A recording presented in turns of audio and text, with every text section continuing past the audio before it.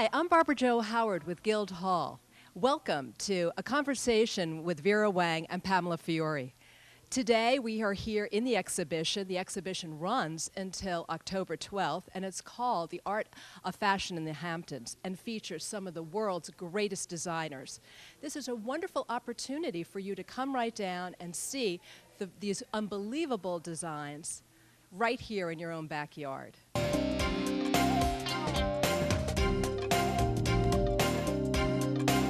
I'm at Guildhall with Stan Herman, co-curator, The Art of Fashion in the Hamptons. Stan, can you tell us a little bit about this exhibition? Oh, I could tell you a lot about it. It was a labor of love. It was the first time 9 designers got together and actually did a thing with each other in tandem.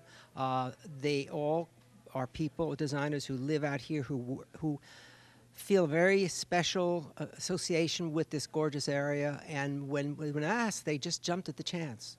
Can you quickly tell us who the 9 designers are? I sure can. There's Tory Burch, there's Betsey Johnson, Donna Karan, Calvin Klein, Krakoff, Ralph Lauren, Nicole Miller, Elie Tahari, and the great Vera Wang. Wonderful. Thank you so much. You're welcome anytime.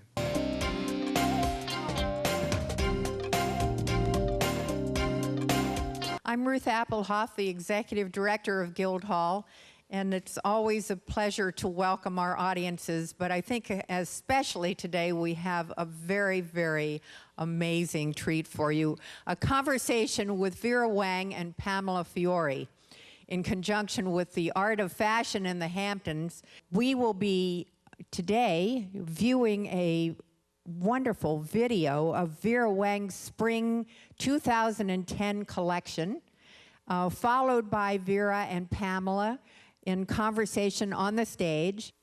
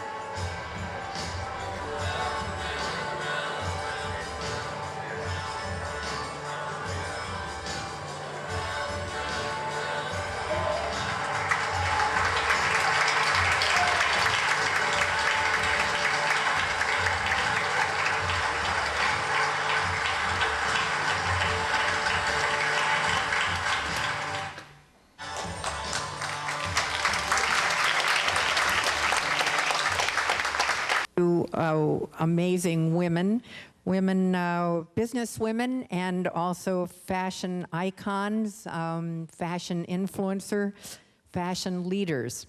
Please welcome these 2 amazing women, and thank you.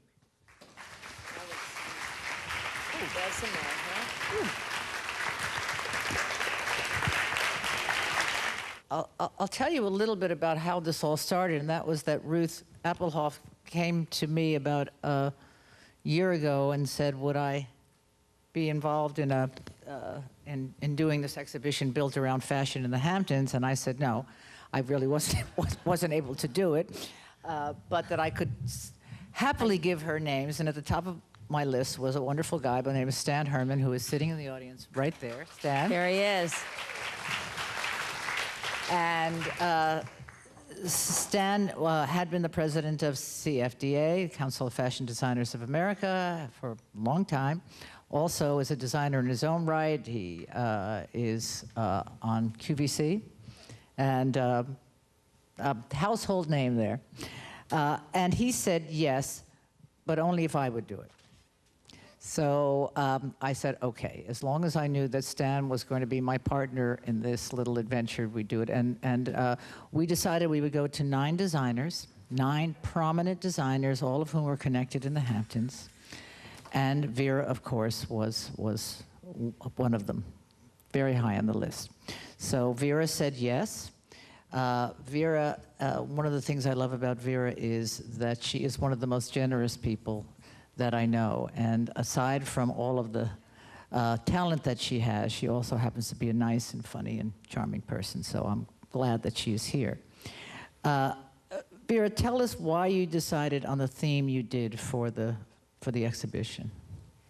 Well, first of all, I want to thank Pamela for asking me to be in the exhibition, as well as Stan. It was a tremendous honor to be included. And I have to say, as somebody who's been coming out here for longer than I care to admit, long time, we'll leave it at that. It was really very, very fitting for me, I think, at this point in my career, to be able to relate what I do to how I live. And I have loved the Hamptons for such a long time. It's a place where, for me, I can really relax, and I can pursue perhaps the more personal side of my life, which then of my family life, and then of course from there, that affects my work. So how I ended up choosing the topic of nature, and to me you can't divide the two. They're one and the same when it comes to the Hamptons. And I work as a designer in an extremely organic manner, so that when I start a collection, I don't really just only sit and sketch. I play with fabric, I look at it, I see how it works or doesn't work, and what we make in our sample room may not even be what is eventually on the runway.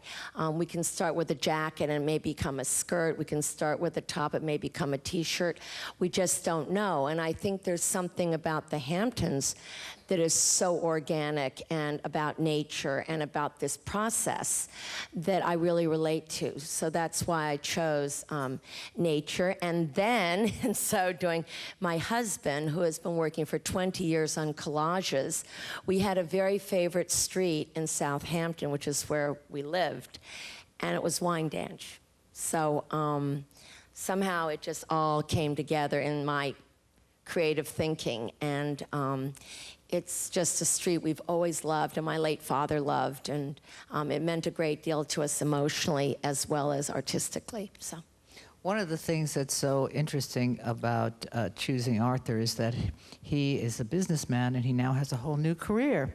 He's been working on art in the Hamptons for 20 years, and he's taken portraits of our friends, pictures of their homes, collages of their swimming pools or their gardens or whatever, and I thought it was just kind of only fitting that he should be able to work with me on this project, which was really wonderful for both of us. So. How long have you been married?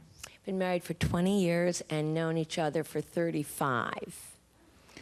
Wow. I seem to remember this story, Vera, that you were sort of wondering when the actual nuptial was going to take place. Right.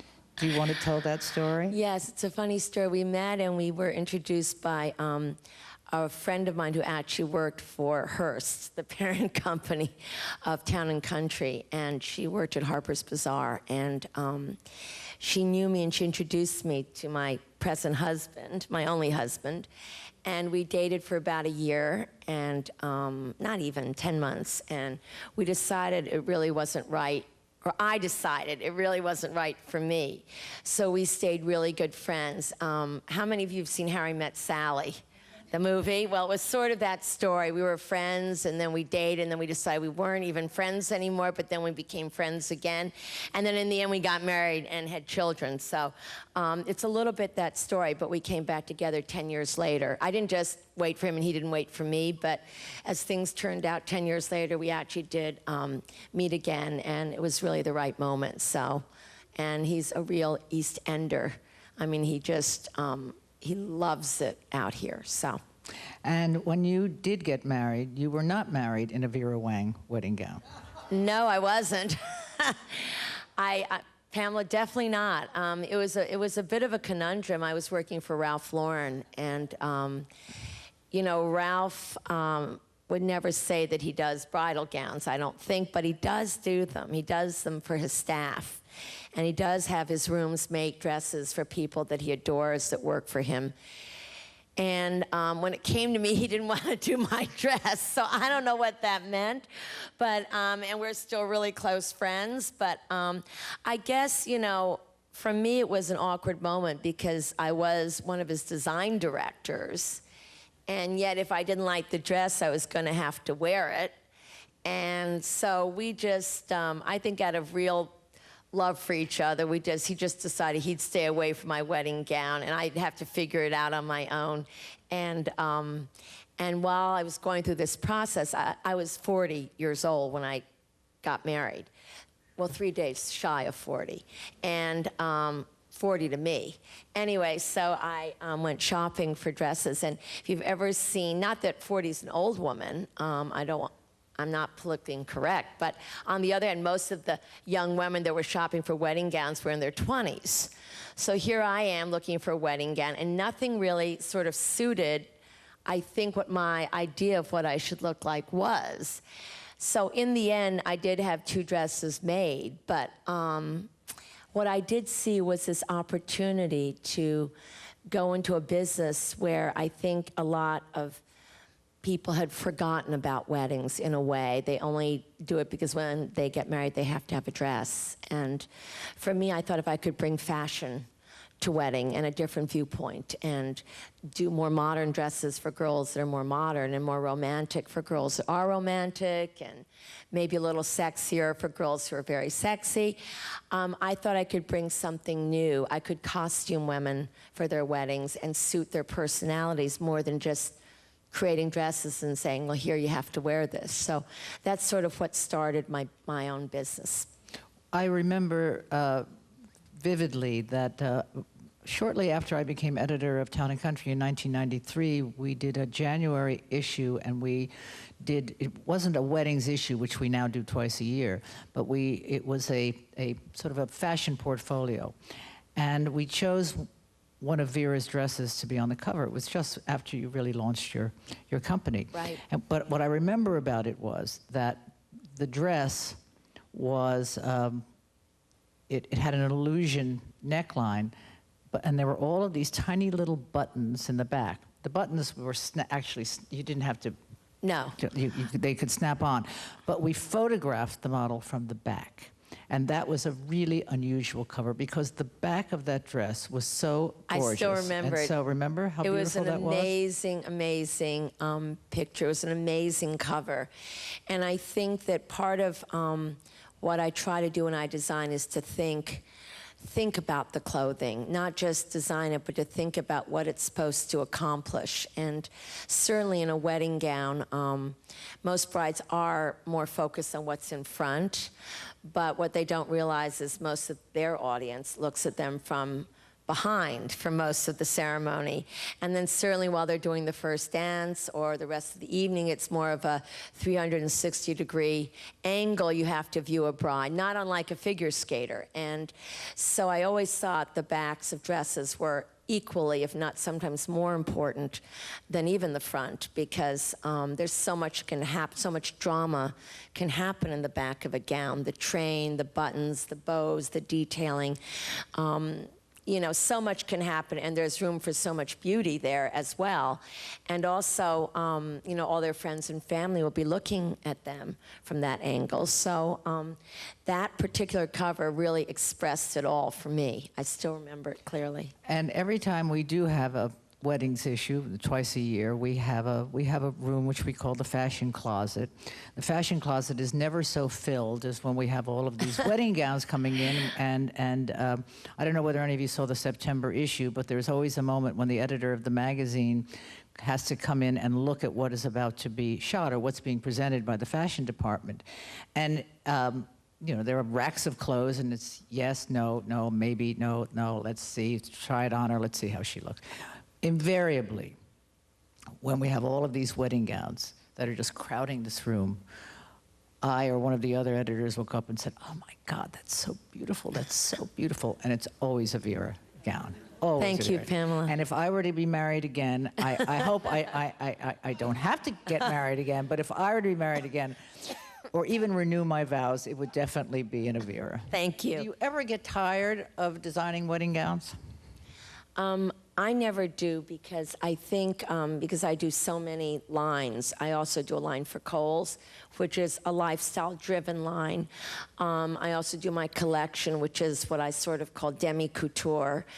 And, you know, until recently, I had a line called Lavender. So because I work in all those different vocabularies and at all those different price points, when it comes to weddings, it's really the only place I have to create more drama. It's kind of nice to be able to flex as a designer, the drama muscles, because you think more out of the box. You think in different proportions. There's more volume.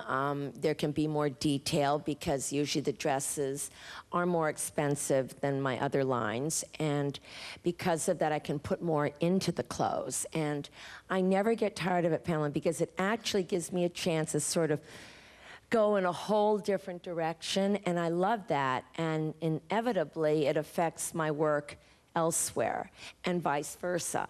So no, I feel it's a privilege in this day and age, when things are so casual, that you can actually still create dresses of that kind of imagination and joy, and it actually is worn by a woman on her wedding day. So it's kind of a very special niche, kind of a wonderful thing that I feel very fortunate to be able to do. All saw the Vera's spring summer 2010 collection, and one of the things that you said after, when I walked up to you to congratulate you, you said, "A lot of black, and there was a lot of black, and I think it takes an enormous amount of courage to go into the spring-summer season and not do pastels and not do prints and not do sort of gauzy things. What made you stick so closely to that hue? Pamela is so insightful. She always asks the most interesting questions of anyone I know. And I say that honestly. I actually had planned a lot of color, and this is to show you how organic things can get. And had I been in the Hamptons, I'd probably thrown most of the fabric in the ocean. But because I was in New York City in the Garment Center, I kind of had to deal with whatever I had. And I think of the 80 to 90 fabrics we invested in, maybe 3 or 4 were sewable. Meaning? Meaning we had many, many fabrics that I like to experiment with fabric. I love fabrics that are unusual. It's hard to develop them. It's extremely costly. It's about weaving and finishing and things that you know, you can only really do if you're going to be doing a collection line, because you can't invest that kind of money in development unless you're looking for that kind of end product. So we had worked with all the Italian mills we work with, and we'd pick these incredible colors and finishes. And some of them, I don't even know what fibers they are. I mean, it's gone beyond nylon and polyester. It's gone to, you know, a whole new level of, you know, just engineering in mills to create these new fabrics, which are not sold at every line. They're mostly reserved because of the cost to just the collection lines.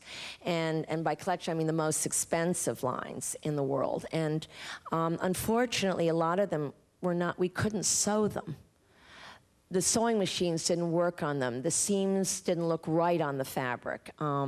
We didn't know how to drape it. We sometimes wash fabrics. We sometimes, no pun intended, but we sometimes have a Chinese laundry working in our offices. So we actually have laundering machine. We have like washing machines. And we'll wash fabrics, we'll garment wash them, or we'll wash the fabric before we even work with it, or we'll wash it before we work with it and then wash it again the second time. I mean, we do all this kind of development, and it's for a 9-minute show. But the point is that none of these fabrics worked. And in this economy, I felt incredibly frustrated for the 3 months I had to work on this collection, which wasn't really fully 3 months. And in the end, the last 2 weeks before the show, I threw all the fabric out. I just threw it out. I couldn't make it work. I was doing a loosely themed Orientalism Paul Poiret show, but all these really odd, insane fabrics I could not use. I couldn't even make a belt or a trim out of some of it. So I had to let it all go. And once I let it all go, suddenly the air was cleared and I saw a different path. And what felt right to me was black, but black mixed with other elements. But once I got there, I just felt that I had found my way in this collection. Now, unfortunately, in the fashion industry, in the collection business, you have to do this 4 times a year, which means it's every 10 to 12 weeks you have to come up with something extraordinary. And that's a pressure that is probably the most frustrating part of my career, is that it's hard to do. It's not the first collection you do, it's not the 30th, it's the 100th or the 200th or the whatever, to keep it fresh, to keep it interesting. And also, you know, as a businesswoman, which I have to be also, you also have to keep it on budget. And this year we sort of had a bad moment that way. You can well imagine I felt very, very irresponsible, but I also couldn't work into those fabrics. So it was really a moment that was very, very hard for me. This is one of the hardest collections I ever did. But I think, according to Pamela, she actually really loved it. So I'm very, very relieved. One of the things about it was that you punctuated it with your costume jewelry. And the costume jewelry is something that you are increasingly known for. They're big pieces. You're wearing one of your pieces. I am too. Yeah, we have no compunction about wearing them before noon, Right. which is nice. I mean, I would wear one of these pieces of jewelry before I would have a martini before noon. Explain a little bit about what your thinking is on the costume jewelry, because it's big, but it's light, and it's fun and fanciful. Thank you. That's the perfect word to describe it. How it really started, like the rest of my business, was it was very organic. And I would have all these incredible swatches made of beading and, you know, more complex fabric treatments for the evening were part of my business. And that's not a big business, but it is a business in which I dress many stars for the Oscars and for the Emmys and for the red carpet. And so we would sometimes see a wall of development of so many incredible techniques that never make it onto the runway. They just don't. They either fit in or they don't fit in. And one time I was just playing, I think it was about 5 years ago, and I just put the swatch on my chest. And I said, God, doesn't that look pretty all by itself? And I said to my assistant, let's tie some ribbon or a little bit of cloth or something and just attach it and let's look at it. And it looked so beautiful that I thought, God, a woman could wear this all on her own. She doesn't have to be sewn onto her dress. She can remove it. She can wear it with or without her dress or her suit or her t-shirt or her jeans. And the whole idea was that it was fun. It wasn't really costume jewelry in the truest sense, where it's, you know, has to be, there have to be molds made and they have to be made that way. These were just beaded swatches originally that were going to go on clothing. And suddenly we started to do them and people started to buy it. And so I sort of dubbed it a new name. Instead of, you know, costume or real or fine jewelry, which are the real categories of jewelry, meaning real platinum and diamond and 14 karat gold and 18 karat gold. And of course, costume, which everyone knows is meant to be fake, but fake in a fun way. I dubbed it fashion jewelry, what we do, because the wonderful thing about it is that it's not, sometimes it is molded, but for the most part, it's swatches that we do. And it comes out of the mood of the collection of what we're trying to convey, whether it's deco, or whether it's Russian, or whether it's English, whatever the mood we're feeling for the collection. In this case, it was Orientalism. It just seems to be now something that I'm very proud of, because I see women in it. They don't feel they have to buy real jewelry, and I can work at a price point that you can't, and a scale you can't afford to work in real diamonds. So when I see women in it with just a t-shirt, or wearing it to drinks, or even wearing it to work, I'm just thrilled, because it's not so much about an investment, it's about a piece of art or a piece of aesthetic, our aesthetic, that somebody embraces, that my clients embrace. So that's really how it came about. Who is your customer? Is your customer you? Is your customer a older or younger version of you? Do you have someone in mind when you are designing? I always have someone in my mind. And I think it would be impossible or dishonest to disavow the fact that obviously I am partially the person I design for. I think as a woman designer, it's a very different experience than a man. Men are coming from a very abstract point of view. They're thinking of how they see a woman. And I think some of the women designers I admire the very most are women that feel what it is to be a woman in clothes. And I could cite them, forever, starting with Coco Chanel. But going forward, there have been so many wonderful women designers that have been truly artists, but at the same time, truly women. And because they are that, they embody what they do and what their work is. And for me, I think I've always loved luxury. I have to admit that. I've been in the luxury business for nearly 40 years in fashion, since I'm 60, so it's pretty close to 40, maybe even counting internship, 42. But I worked also for Yves Saint Laurent when I was very young in college. So I think that for me, it's not about age. It's not about age, it's about comfort. It's about style. It's about a woman who I think has a bit of an intellectual side to her. I think she wants to see something that is perhaps a little bit unusual, either in the weight of a leather, or in the proportion of a necklace, or in the shape of a t-shirt. It's all about nuances for me, and I think that my client hopefully appreciates that kind of thinking.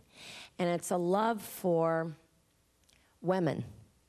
I have to be very honest. I think that I'm kind of informal, but that doesn't mean I can't do formal clothing. But it's not even about the clothing, it's about the way it's worn. The way Pamela's dressed today, where she just has a simple pair of black pants on, one of my jackets, and a necklace, there's an informality to the luxury in my mind. And by the way, I happen to love this jacket a lot. It's almost weightless. And I would just as easily wear this to a black tie event or to a cocktail party as I would this morning with just a plain pair of cotton pants. The things that I love about Vera's clothes is that they are so lightweight and so modern, and the use of different fabrics, and you're not feeling like, first of all, that if you were going on a trip that you would hesitate to bring it because it's going to throw all of the weight in the piece of luggage. People aren't thinking that. I have asked far too many questions of you, so I feel like I've hogged the stage. Ruth, everyone says that at the end of the season, it's over, but not here at Guildhall. Not here at Guildhall. We have some of the best programming of the whole year. Look us up, www.guildhall.org, for more information about upcoming programs. We look forward to having you here. Please escape the ordinary and experience the extraordinary right here at Guildhall.